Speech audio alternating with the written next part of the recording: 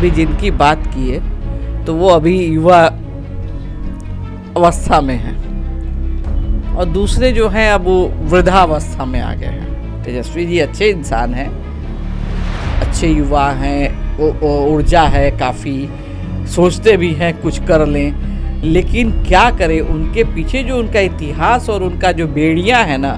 दूसरा नीतीश जी कहते हैं मैंने किया, मैंने ये किया, मैंने वो किया, मैंने वो किया। आज निर्णय तेजस्वी जी नहीं लालू जी लेते हैं, तो ऐसे उप मुख्यमंत्री के रहना और नहीं रहने का क्या मतलब है?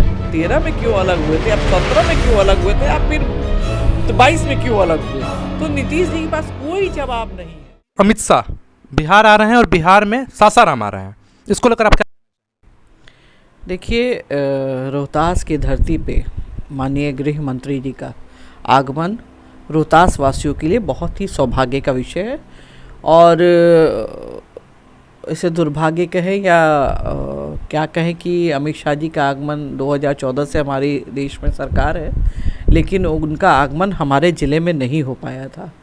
और जब पहले दिन ये अनाउंसमेंट हुआ कि माननीय अमित शाह जी का प्रोग्राम सासाराम में लग रहा है, तो सबसे ज़्यादा खुश हम ही हुए थे और हमने कहा था कि अभी जब तक कंफर्मेशन नहीं आ जाता तब तक कोई विषय को ओपन मतलब नहीं करना। और जब कंफर्मेशन आ गया तो सबसे ज़्यादा खुशी हमें हुई थी कि माननीय गृह मंत्री का प्रथम आगमन रोहतास के धरती पर होगा।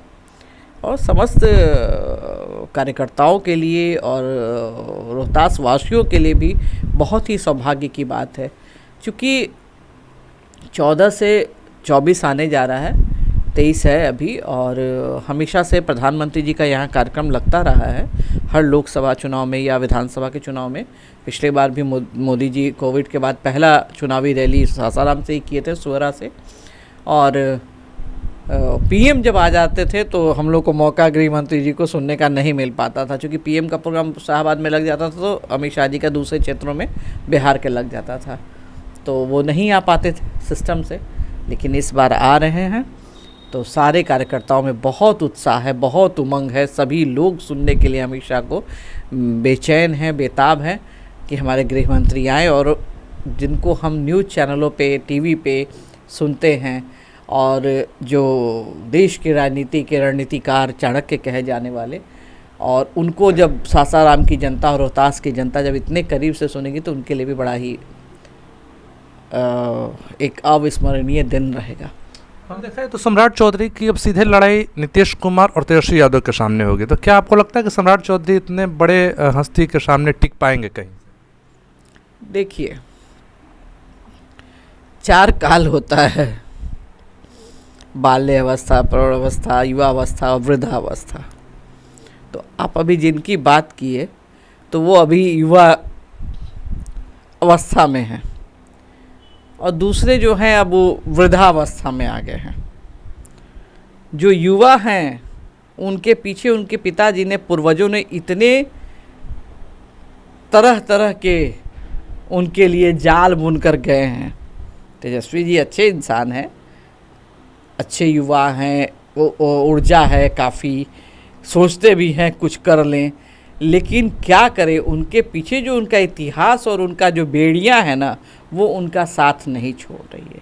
कहा जाता है ना कि बाप दादा की किए हुए कृत्य को बाल बच्चों को चुकाना पड़ता है। अगर वो फ्रेश रहते, उनके पिताजी के ऊपर अगर इस तरह का आरोप प्रत्यारोप, इतनी कम उम्र में इतनी आमदनी के मालिक, इतने पैसों के मालिक, तो तेजस्वी जी तो जिस दिन से राजनीति में है उस दिन से आरोप मतलब क्या उसको कहते हैं, क्या उसको अप्रोप्रिएट वर्ड कहेंगे, जो बोया बबूल तो आम कहाँ से खाऊं, तो वही हाल उनके साथ है।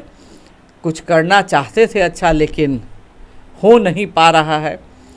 दूसरा नीतीश जी कहते हैं मैंने किया, मैंने ये किया, मैंने वो किया, मैंने वो किया। 17 वर्ष से मैंने उनका साथ दिया और उनको हमने मुख्यमंत्री बनाकर रखा, लेकिन भाजपा जैसे गठबंधन दल के साथ जब उनकी नहीं बनी, तो मैं आज आपको सत्यम जी आपके न्यूज़ चैनलों के माध्यम से बताना चाहूँगी कि नीतीश जी को किसी का साथ नहीं भा सकता है। क्योंकि भाजपा ही एक ऐसी पार्टी है जो उनके हर बातों को स्वीकार करती थी आंख बंद करके। और आज जिस व्यक्ति के साथ उस गठबंधन में है, वो गठबंधन में दल में इनकी अहमियत देने वाला कोई व्यक्ति नहीं है। आज निर्णय तेजस्वी जी नहीं लालू जी लेते हैं। तो ऐसे उप मुख्यमंत्री के रहना और नहीं रहने का क्या मतलब है? मुख्यमंत्री कोई निर्णय नहीं ले सकते हैं, सारे फाइल लालू जी के यहाँ से डील होता है, तो फिर काहे का आप मुख्यमंत्री? अगर आपको कठपुतली ही बनना था तो पहले बताते बीजेपी, फिर आप पर कुछ विचार करती। लेकिन आपको तो सम्मान चाहिए नहीं था। आपको सम्मान नहीं, मर जाएंगे मिट जाएंगे, आपका गाना नहीं गाएंगे, तो वही नीतीश कुमार जी की आदत है।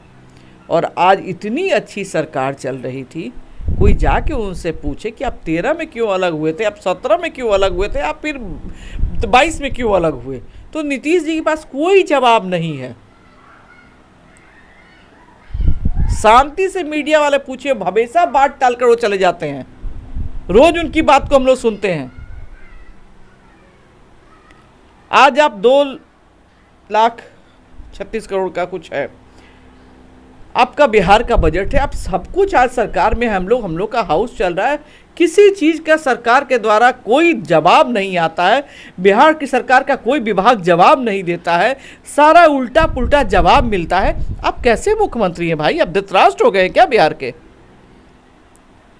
आंख पे पट्टी बांध के बिहार की जनता को ढकेल दिए गड्ढे में, और कहते हैं लोगों को पता नहीं भाजपा वाले क्या चाहते हैं, भाजपा वाले क्या भाजपा को दिए हैं, भाजपा को नीतीश जी क्या दिए हैं? नीतीश जी पूछना चाहते हैं हमको सीएम बना दिए त्याग करके। अभी हम 75 थे, 43 से उनको मुख्यमंत्री बनाए, फिर कौन सा दर्द था? अभी 6 महीना पहले चाचा भतीजा कहते थे कि हम प्रधानमंत्री बनेंगे, वो मुख्यमंत्री बनेंगे। अब वही भतीजा कह रहा कि ना उनको मुख्यमंत्री बनना है, ना उनको प्रधानमंत्री बनना है, ना मुझे मुख्यमंत्री बनना है। तो भैया 6 महीना में गेम कैसे पलट गया, ये तो पूछने की विषय है। 2020 में भी राहुल गांधी पूरे देश में घूम घूम के गाली दिए चौकीदार चोर है। आप बताइए, किसी भी राजनीतिक पार्टी का कोई बड़ा सांसद, नेता, मंत्री, विधायक किसी प्रधानमंत्री जी के लिए इस तरह का असंसदीय भाषा का इस्तेमाल कर सकता है क्या? आप एक राजा के पुत्र राजीव गांधी स्वर्गीय, एक राजमाता इंदिरा गांधी के पोते, सोनिया गांधी जी के पुत्र, जवाहरलाल नेहरू के नाती, इतने बड़े परिवार का आपके यहाँ लंबा चेन है, और उस परिवार के लड़के होकर इस तरह की बातें करना आपको शोभा नहीं देता था राहुल जी। और बार बार आप इस तरह के शब्दों का इस्तेमाल करते थे, नीरव मोदी, नरेंद्र मोदी और न जाने कितने मोदी। क्या आप बोल रहे हैं? जिस मोदी के नाम पर पूरा विश्व लोहा मान रहा है आज के डेट में, क्या अमेरिका को मोदी जी मैनेज कर लिए हैं, कनाडा को मैनेज कर लिए हैं, कि रसिया को मैनेज कर लिए? किस कंट्री को मोदी जी ने मैनेज कर लिया है कि इस तरह की उनको इतनी प्रधानता दी है? चाहे यूएई में होता है तो आदमी वकील रखता है, बढ़िया रखता है, बेस्ट रखता है कि भाई हमको फांसी नहीं लगे, हमको उम्र कैद की सज़ा ना हो, तो वैसा वकील तो उनको रखना चाहिए था। वकील ने उनको सही सलाह नहीं दिया कि अरे आप 4 बार माफ़ी मांग सकते तो एक बार भी तो रिटर्न माफ़ी मांग लेते, तो शायद ये दिन राहुल गांधी के जीवन में नहीं आता। अब कहे कि राहुल गांधी को सज़ा दिलवा दी, राहुल गांधी सदस्यता चली गई, तो आप बोलिएगा प्रधानमंत्री का संसदीय भाषा का इस्तेमाल कीजिएगा, राष्ट्रपति को बोलिएगा, प्रधानमंत्री को बोलिए, गृह मंत्री बोलिए। तो ये तरीका नहीं, राजनीति में, लोकतंत्र में अपनी बात कहने का तरीका और सलीका होता है। मैं भी आपसे बात कर रही हूँ, मैं क्यों गलत किसी के विषय में कहूँगी?